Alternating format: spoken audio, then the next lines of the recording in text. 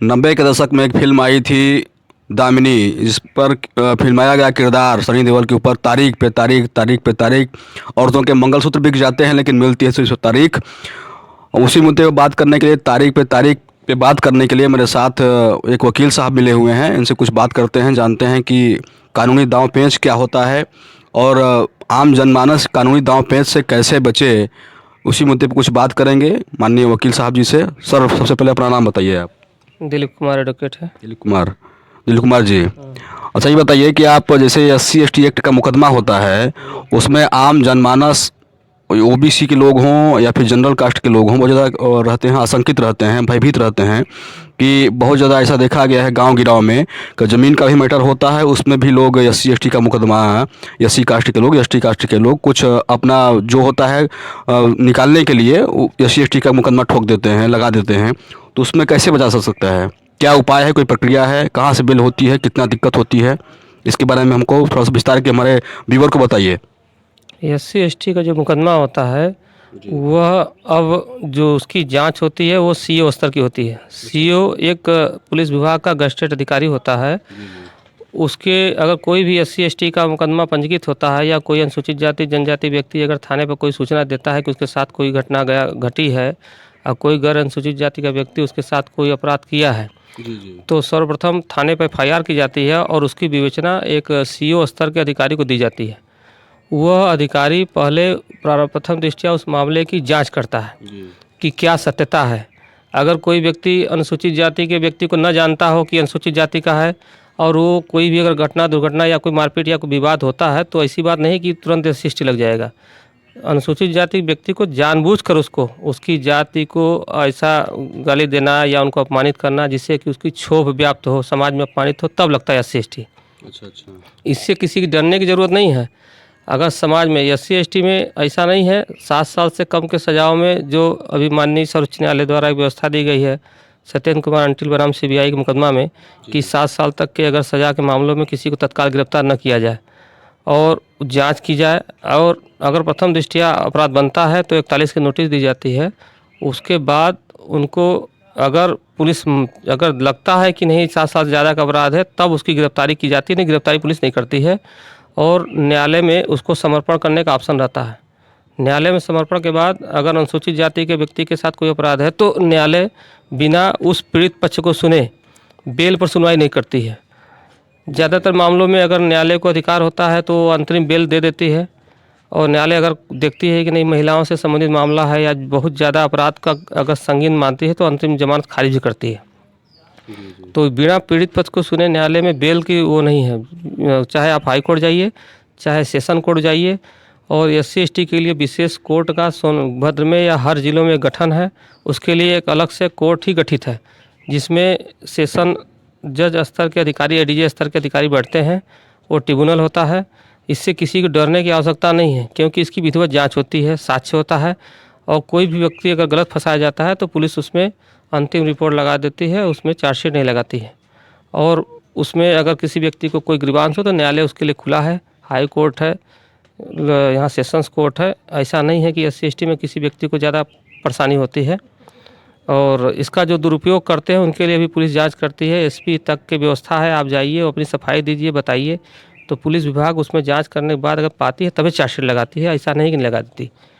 मतलब आप कह रहे हैं कि SC ST एक्ट के मुकदमे में भी आम जनमानस को, OBC के, जनरल के लोगों को बहुत ज़्यादा डरने की आवश्यकता नहीं है अगर वो गलत नहीं है तब। हाँ, अगर गलत नहीं है तो उनको डरने की आवश्यकता नहीं है। वो साक्ष्य लिखिए। ज़मीनी मामलों में भी लोग आजकल ज़मीनी मामलों में जो छोटे छोटे मामलों में लोग गलत ढंग से SC ST लगा देते हैं, तो कई ठो सुप्रीम कोर्ट और हाई कोर्ट की जो है कई ठो विविध व्यवस्थाएं भी आ गई हैं कि अगर ज़मीनी मामले को लेकर कोई गलत झूठा SC ST किसी में फंसाता है तो उसको बेल मिल भी जाती है। और ट्रायल में भी जहाँ तक होता है कि ज़मीनी मामलों में अगर कोई गलत ढंग से फंसाता है तो कोर्ट उसको बरी भी करती है। साक्ष्य अगर नहीं मिलता है तो उसको कोर्ट भी उसको देखती है कि अगर नहीं है, गलत फंसाया गया, तो कोर्ट उसको बरी भी करती है, प्रोबेशन पे भी छोड़ती है। उसके लिए बाकायदे व्यवस्था दी गई है। इसमें बहुत ज़्यादा घबराने या डरने की बात नहीं है। SC ST में जो धाराएं लगती हैं 3, 2, 5 का जो लगती है ये तो जनरल लग जाती है, लेकिन जैसे हत्या हो गया या बलात्कार जो हो गया, जो बड़ी धारा होंगी, इसके लिए 3, 2, 5 जो लगता है और 3, 1, द लगता है, उसमें थोड़ा सा देखना पड़ता है कि व्यक्ति ने अपराध किया कि नहीं किया। और अगर बड़ी धाराएं हैं तो उसके साथ में जो SC/ST लगी हैं तो बड़ी धाराओं के समक्ष वो चलती हैं। SC/ST विशेष तौर से नहीं चलेगी, उसी के धाराओं के साथ साथ वो भी चलता है। जो 302 में सज़ा होगी, 376 में सज़ा होगी, तो जब वो नहीं साबित होगा तो SC/ST भी अगर नहीं साबित होगा तो केस छूट जाएगा, नहीं तो साबित होगा तो दोनों में सज़ा मिलेगी आपको। यह एक विशेष माने अनुसूचित जाति और जनजाति के सामाजिक, मानसिक और जो है जो ख्याति, जो क्षति होती है, जो पहले लोग उनको दबा कुचले लोगों को समाज में बराबरी नहीं देते थे, तो केंद्र सरकार ने इसके लिए विशेष एक कानून बनाया है कि सभी को बराबरी दर्जा मिले और किसी दलित को, छोटे को, कोई भी व्यक्ति उसको अपमानित न करे। ये सिद्धांत से बनाए गए हैं। ऐसा नहीं है कि SC/ST है तो कोई SC/ST का गलत ढंग से दुरुपयोग करे और सरकार जो है खुली तरीके छूट दे दे, ऐसा बात नहीं है। उनके लिए भी कानून बनाए गए। अच्छा अच्छा। जैसे देखा गया है वकील साहब कि कचहरी में एक ही ज़मीन 10 लोगों का बेनामा हो जाती है, ज़मीन भी उसी के पास रहती है, मालूम ही नहीं चलता ज़मीन किसकी है। तो ऐसे जो कानूनी दांव पेच हैं या वकील साहब लोग जो भी बेनामा कराते हैं करते हैं, जिसके ही माध्यम से होता होगा, तो ऐसे कैसे बचा सकता है? जैसे झूठे कई जगह देखा गया है कि ज़मीन ही नहीं है और बेनामा कर लिया जाता है, पैसा लिया जाता है, तो अधिकारियों को क्या मालूम नहीं चलता कि ये ज़मीन कहाँ बिक रही है? जो लेखपाल होंगे, कानूनगो होंगे, उनको कुछ मालूम नहीं चलता कि ज़मीन कहाँ बिकी, कहाँ है। क्रेता विक्रेता दलाली वाले बीच में मिलके खा जाते हैं और जो विक्रेता क्रेता रहता है उसको कुछ नहीं मिलता। ऐसे कई मुकदमे देखे गए हैं, आप भी जानते होंगे, संज्ञान में आपके होगा कि ज़मीन भी नहीं है, ज़मीन का क्रेता विक्रेता भी हो गया, क्रय विक्रय भी हो गया, लेकिन ज़मीन जस के तस है और ज़मीन मिलती भी नहीं किसी को। कभी कभी ऐसा भी होता है, कई मुकदमे आप जानते होंगे, कचहरी में चलते हैं ऐसे मुकदमे। तो ऐसे जो ज़मीन क्रेता विक्रेता होते हैं उनको क्या सावधानी बरतनी चाहिए इस मामले में? ज़मीन खरीदने से पहले सर्वप्रथम पहले आपको उस ज़मीन के विषय में आप तहसील स्तर पर लेखपाल से पूछना चाहिए और उसके बाद उस ज़मीन के संबंध में जो रिकॉर्ड है आप रजिस्ट्री दफ्तर में, रिकॉर्ड रूम में उसको पता लगाना चाहिए कि इस ज़मीन पर कोई भार तो नहीं है, कोई उसकी इकरारनामा पहले तो नहीं की गई है, या कोई उसकी जो है मार्गेज कहीं की तो नहीं किया गया है।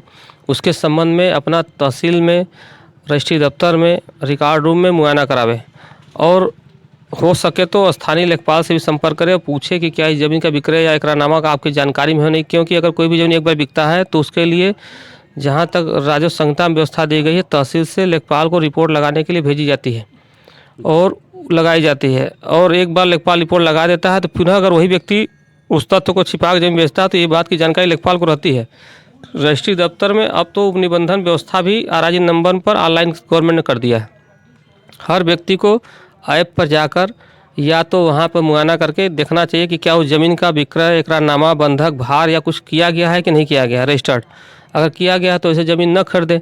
लोग अज्ञानतावश इस सब का मुआयना नहीं करते हैं और यहाँ पे जो ज़मीन के बड़े बड़े ठेकेदार हैं, दलाल हैं, या तो जो बड़े बड़े प्लाटिंग का काम करते हैं, लोगों को फंसा के बेवकूफ़ बना के पैसा वसूलते थे, दलाली करते। तो ऐसे में सावधानी खुद करना चाहिए, खुद की सावधानी करना मस्ट है। ऐसा बात नहीं है कि वो सरकार आपके लिए आएगी। आपको अगर सावधानी करना है, ज़मीन लेना, तो आपको सावधानी बरतना पड़ेगा। और जो भी क्रय विक्रय के लिए प्रतिफल आप अदा करते हैं तो उसको खाते से अदा करें, पैसा खाते से अदा करें। गवर्नमेंट है, ऐप के माध्यम से कह रहे, या कोई व्यक्ति आपके साथ धोखाधड़ी करता है तो वह पैसा लेने के लिए आप लायबल होंगे और जो व्यक्ति गलत करता है उस पर FIR भी होगी। कुछ लोग करते हैं कि 1 लाख की ज़मीन 50,000 में दिखाते हैं, 50,000 रुपये उसको गलत तरीके से पेमेंट करते हैं। तो ऐसे मामलों में के पैसा फंसने की संभावना रहती है। अगर आप ज़मीन लेते हैं तो क्रेता सावधान का भी नियम होता है, विक्रेता को भी होता है, वो लिख के देता है। अगर आपको लगता है कि ज़मीन बेचा, पैसा ले लिया और पहले किसी बेचा है, तो आप पूरा प्रतिफल दिखा रहेंगे तो प्रतिफल को ब्याज प्राप्त करने के अधिकारी होंगे। और जो गलत आपको डबल बनामा करता है या कुछ करता है तो उस पर FIR की भी व्यवस्था दी गई है। ऐसा नहीं है किसी को कानून की पूरी छूट है। कानून का सही तरीके से अगर प्रयोग करते हैं तो किसी व्यक्ति को कानून अपने हाथ में लेने की छूट नहीं है। कानून से सभी के हाथ बंधे हुए हैं, लेकिन उसको सही तरीके कानून का प्रयोग करना चाहिए। और आप साफ़ सुथरे रहिए, जो भी लेन देन करिए साफ़ सुथरा रखिए। 10 लाख रुपये हम ज़मीन ले रहे हैं, 10 लाख रुपये उसके खाते में डालिए। ऐसा नहीं है कि ऐसा ट्रांजैक्शन करिए जिसका कोई रिकॉर्ड ही न रहे। सरकार के अगर पास रिकॉर्ड है तो आप पैसा भी मिलेगा, उसके ऊपर FIR भी होगी, आपका पैसा सुरक्षित रहेगा। तो पैसा मतलब नहीं फंसेगा? नहीं, पैसा नहीं फंसेगा। पैसा मिल जाता है? पैसा मिलेगा, आप क्योंकि दिए उस पर लिखा रहता है। किसी भी बार देन लेन से अगर किसी कारण से ज़मीन आपके हाथ से निकल जाए तो पैसा आपको वापस मिलेगा, मैं ब्याज मिलता है और उस पर FIR भी होगी झूठ बोलने के में। अच्छा। लेकिन क्रेता सावधान का भी नियम लगता है कि आपको भी ज़मीन लेने से पहले ज़मीन देखिए, पूछिए और उसको रिकॉर्ड से मुआयना करा के तब लीजिए। हर तरीके से विक्रेता को छोड़ना भी उचित नहीं है, क्योंकि आज आधुनिक युग चला आ रहा है, हर व्यक्ति को सावधानी भी रखना चाहिए। ठीक ठीक। ये एक चीज़ और कि जिसे होता है कि सेल टैक्स इनकम टैक्स में अंतर क्या होता है? सेल टैक्स और इनकम टैक्स, सेल टैक्स जो होता है राज्य सरकार द्वारा, अब सेल टैक्स नहीं रह गया है, अब जो है वाणिज्य कर विभाग कहते हैं उसको। तो वाणिज्य कर में गवर्नमेंट ने जीएसटी लगा दिया है। जीएसटी की व्यवस्था के तहत एक सेंट्रल टैक्स भी होता है और एक स्टेट टैक्स होता है, दोनों मिलाकर जीएसटी की व्यवस्था बना दी गई है। यह एक प्रकार से एक व्यक्ति कहीं प्रदेश से माल लावे, जिले से माल लावे, या एक स्थान से दूसरे स्थान पर माल अगर विक्रय करता है तो सरकार को बतावे कि कितने रुपये का माल सेल की गई है। उसमें ई-वे बिल वगैरह भी होता है।